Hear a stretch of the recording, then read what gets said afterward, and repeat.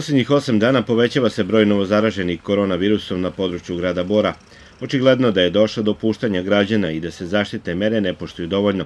Zato apelujemo na Borane da poštuju predložene mere i da se pridržavaju saveta lekara i epidemiologa, istakao je na konferenciji za novinare gradonačelnik Bora Aleksandar Milikić. Mi smo 4.3. imali 122 ukupno pozitivna, tog dana smo imali 13 pozitivnih i 7 izlečenih.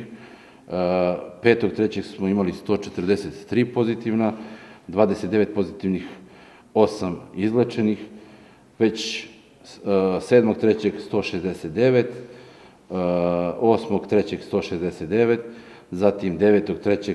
178, zatim 10.3. 190, zatim 11.3.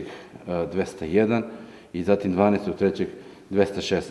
Vidimo da polako, kako dani prolaze, sve veći broj zaraženih, odnosno pozitivnih na virus korona, a da broj izlečenih se kreće tu u nekom proseku.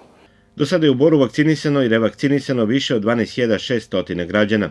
Na zalihama trenutno ima oko 1.500 vakcina protiv koronavirusa. Vakcinacija teče onako kako je organizovana u skladu sa preporukom Vlade Republike Srbije i Ministarstva zdravlja. Mi trenutno imamo 2 punkta gde se primaju vakcine, to je Dom zdravlja i penzionerski klub. Imamo spremno još jednu lokaciju, to je gore u mesnoj zajednici, Stari centar. Mi ćemo u narednom periodu krenuti kada budemo imali dovoljni broj prijavljenih, da radimo sve ovo i omogućimo našim meštanima po selima da ubrzamo samu vakcinaciju. Na COVID odeljenju opšte bolnice Bor zbrinuto je 26 pacijenata, od kojih je 24 pozitivno na virus. Pod kiseonikom su trenutno 3 starije osobe.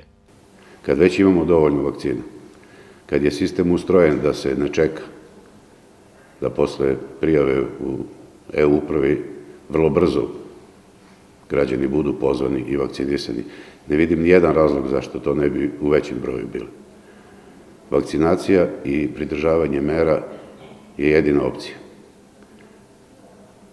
Nemojmo da se uzdamo u zdravstveni sistem funkcioniše, ali kad se dođe već u bolnicu, znači da smo mnogo propustili.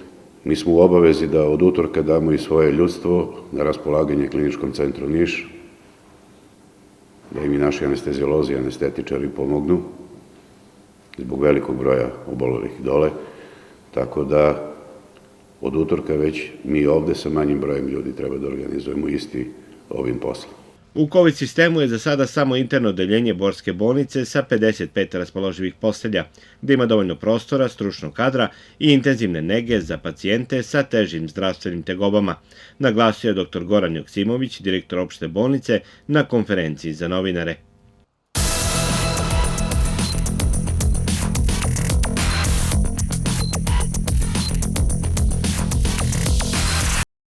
U Boru je do sada primilo vakcinu protiv koronavirusa 12.200 građana, od toga blizu 3.400 revakcinisano. Za sutra je na punktu u klubu za stara lica predviđena imunizacija AstraZenecom i revakcinacija Sputnikovom i kineskom vakcinom. U celini gledano, u Boru i dalje raste broj vakcinisanih.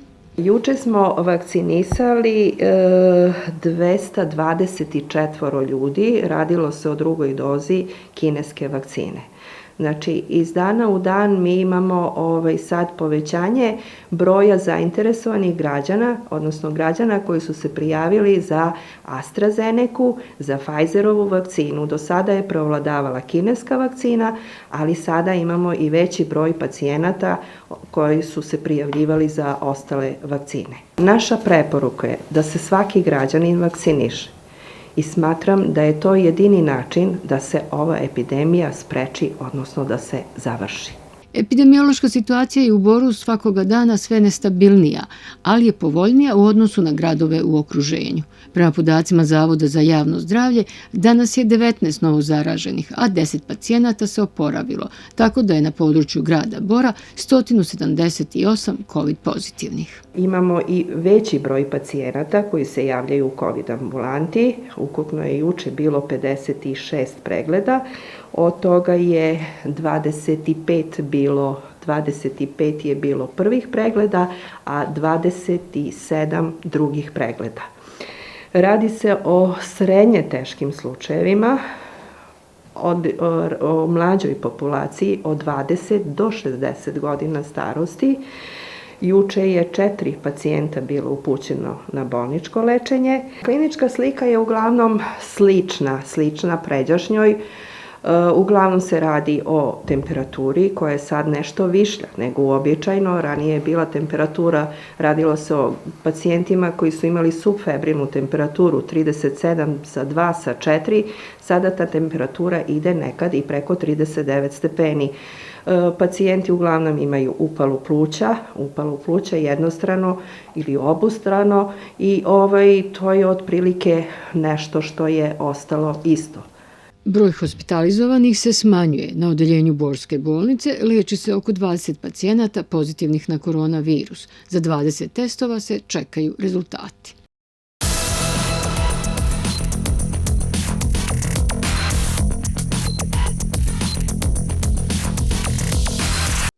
Među predlozima odluka koje su usvojene na sednici Gradskog veća u Boru je izmena odluke o kretanju teretnih vozila na teritoriji grada Bora, kojim je predviđeno da će u narednom periodu na većini glavnih ulica u Boru biti uz dozvolu Gradskog odeljenja za privredu i društvene delatnosti omogućen saobraćaj i kamionima težim od 12 tona. Razlog za to je loše stanje postojeće obilaznice. Utvrđeno je stanje obilaznice 393 od Oštrelja do Bunara. U prethodnom periodu imao sam sastanak u Ministarstvu privrede. Dogovoreno je da se čim krene građevinska sezona u 2021. godini kompletno uradi rekonstrukcija saobraćajnice 393, lokacija Oštrelj, Bunar, kako bi se pre svega omogućio izmeštanje kompletnog teretnog saobraćaja sa teritorije samog grada, odnosno iz grada, i prebacilo na taj industrijski deo, kako bi se i našim meštanima u gornjim delovima kod Bunara omogućio prosto manje prašine i buke koji su sada stvarali kamioni. I upravo taj dogovor je između ostalog i zahtevao da mi privremeno deo odluke koji je zabranjivao kretanje teretnog saobraćaja kroz sam centar grada rasteretimo dok se ne završi obilaznica, a naravno ostavit ćemo zabrane u onim delovima koje ne služe za razvoj i rad privrede, jer u prethodnoj odluci je pisalo ako ne postoji alternativna saobraćajnica za privredne subjekte. U ovom slučaju ne postoji alternativna saobraćajnica koja je funkcionalna i operativna, mi ćemo tu odluku privremeno skloniti, ali iz onog trenutka kada se bude završila obilaznica 393, istog trenutka ćemo vratiti odluku na snagu i zabraniti kompletno kretanje teretnog saobraćaja kroz sam centar grada. Članovi Gradskog veća usvojili su i odluke o izmenama planova poslovanja pojedinih javnih i javno-komunalnih preduzeća, kojim je predviđeno da svako preduzeće izdvoji sredstva za izradu studija o finansijskoj organizaciji i konsolidaciji javnih preduzeća, zatim cenovnik usluga turističke organizacije Bor, kojim je predviđeno povećanje cena ulaznica za Lazarevu pećinu sa 200 na 300 dinara, dok bi za Vernjikicu ulaz bio 700 dinara, kao i mogućnost iznajmljivanja bicikla i drugih vozila turistima. Usvojen je i predlog o stavljanju van snage odluke o utvrđivanju nepokretnosti koje se smatraju dobrima od opšteg interesa i dobrima u opštoj upotrebi grada Bora i predlog u Vladi Republike Srbije za prenos prava javne svojine nad nepokretnostima koje ne služe obavljanju rudarske delatnosti. O ovim predlozima odlučivaće odbornici Skupštine grada na sednici koja je zakazana za 12. mart.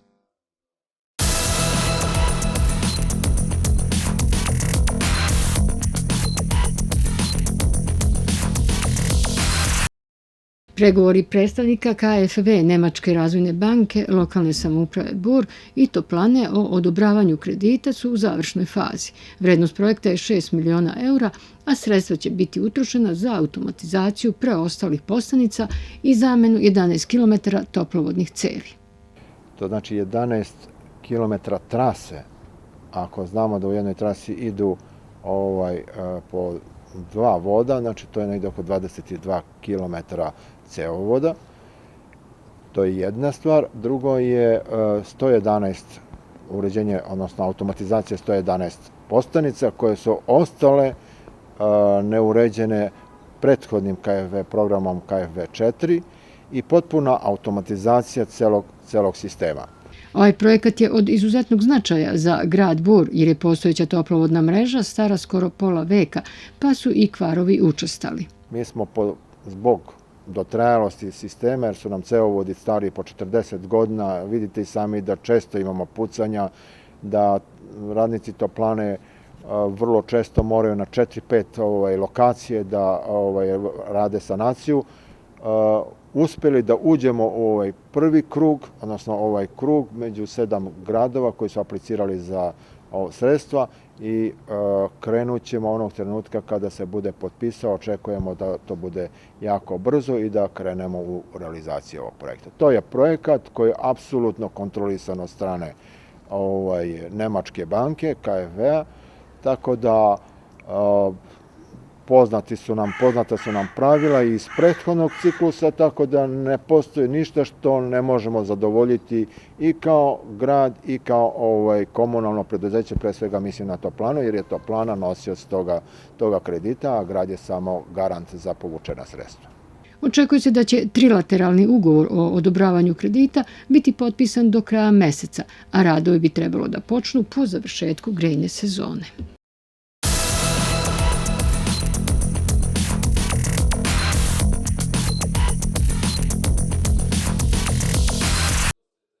Stanje u javnom sektoru u Boru je izuzetno nepovoljno, posebno u toplani i vodovodu, zbog velikih dugovanja. Sa dugovanjima većim od 2 milijarde dinara, toplana više neće moći da funkcioniše i zato je rešenje izgradnja nove toplane i reorganizacija preduzeća.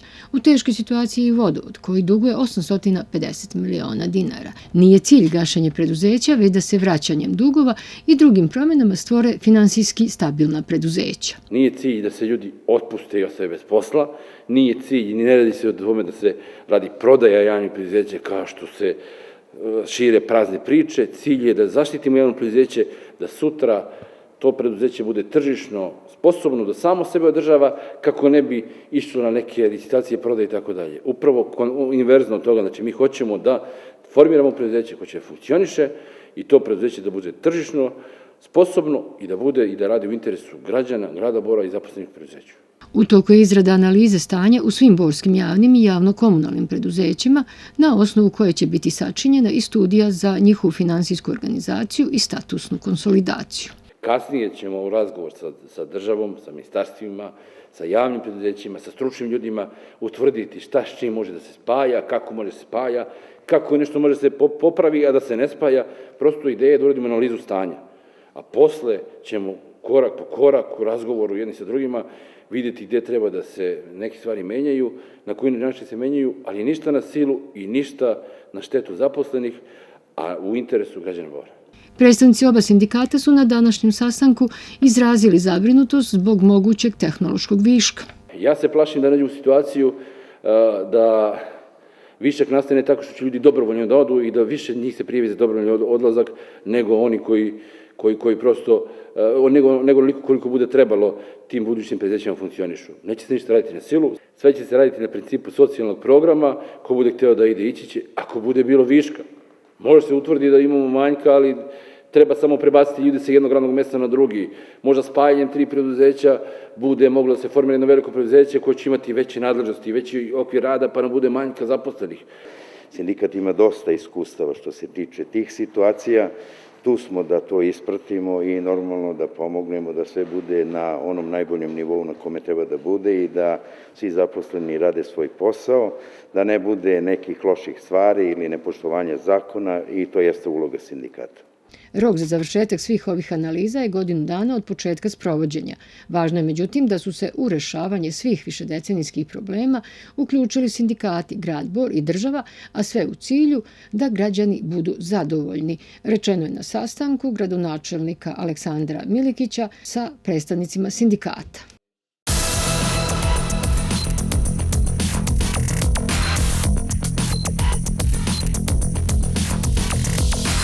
Grad Bor je ove godine aplicirao kod nekoliko ministarstava i stranih fondova za sredstva namenjena konkretnim projektima u 2021. godini za koje se očekuje finansijska podrška.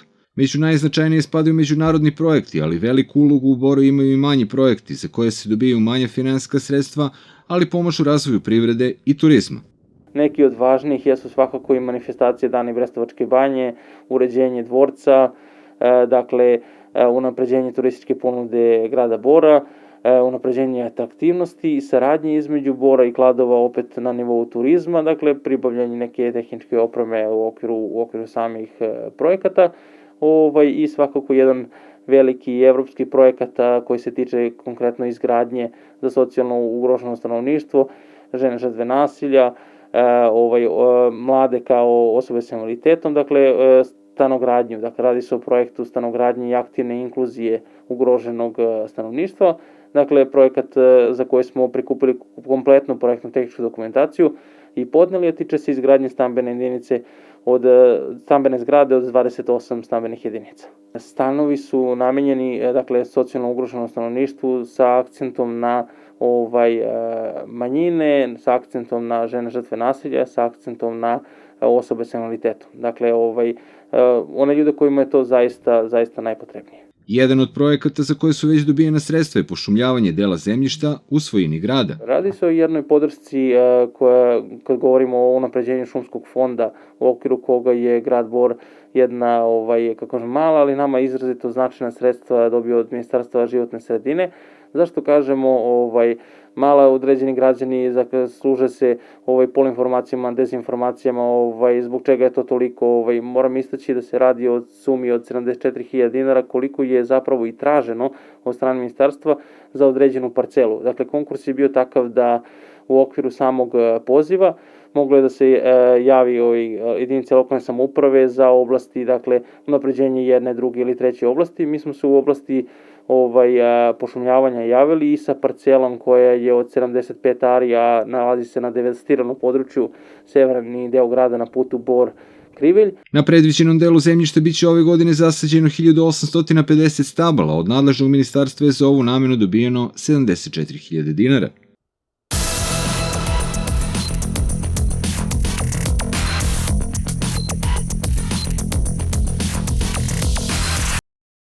Grad Bor će ove godine intenzivnije prići razvoju turizma, najavljuju u lokalnoj samoupravi.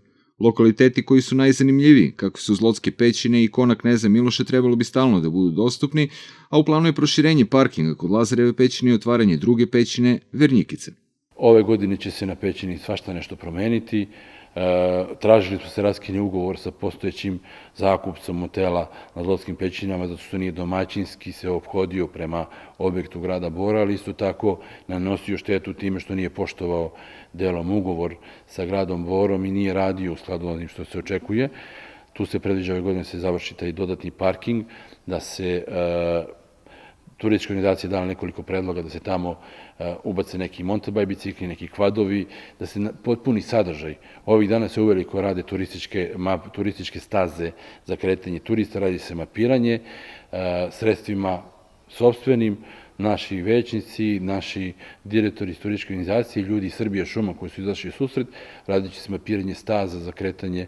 Potpuno jedan drugačiji izgled će ove godine krenuti da dobija sama lokalitet kad je u pitanju razvoj turizma, Zlotska pećina, Lazarev kanjon, sve kompletno tu, ali uporedno sa tim mi nastavljamo ove godine i utorak imamo sastanak u Ministarstvu građevine, da radimo razvoj Borskog jezera, uveliko se razgovara i pričali smo o tome, izrada kanalizacije, proširenje vodovodne mreže, i ono što smo najavili, uveliko se radi projekat izrade plaža na Borskom jezeru.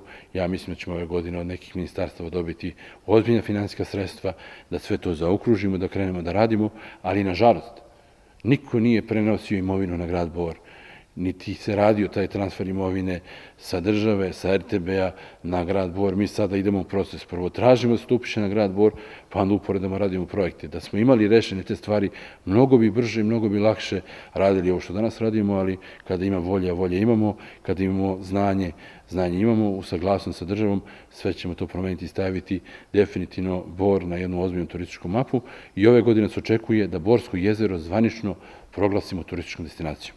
Na Borskom jezeru je za 2021. godinu planiran početak uređenja vodovodne i kanalizacione mreže, što će biti veliki doprinos daljem razvoju turizma i očuvanju Borskog jezera, jer bi se time sprečilo svako izlivanje otpadnih fekalnih voda.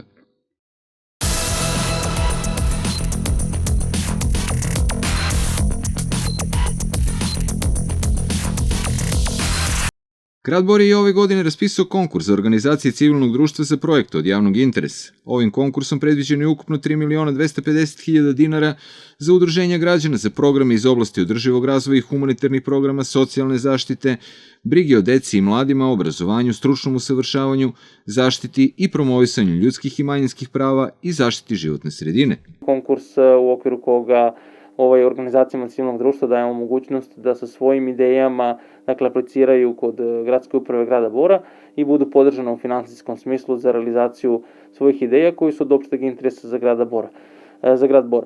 Ono što je važno istaći u okviru drugog konkursa jeste da je u 5 kategorija u okviru kojih se dele finansijska sredstva, dakle od delova razvoja grada Bora i humanitarnih delatnosti preko ljudskih i manjinskih prava, obrazovanja, socijalne boračke zaštite, društvene brige o deci i mladima, pa do oblasti životne sredine, dakle u 5 celina. Grad Bor je raspisao sam konkurs koji je tu 15 dana na sajtu grada Bora, dakle objavljen i negde tradicionalno imamo veliki broj prijava. Moram istaći i činjenicu da uvek gledamo da podržimo što veći broj aplikanata, dakle tu i svake godine negde skoro svi koji ispune tehničke uslove, specifikacije i dobiju podršku grada. Nadam se da će tako biti i ove godine. U prethodnom periodu organizacije civilnog društva koje su konkurisale za projekte od javnog interesa pokazale su odgovornost i bilo uspešne u realizaciji projekata, tako da se očekuje nastavak dobre saradnje između lokalne samouprave i nevladinog sektora.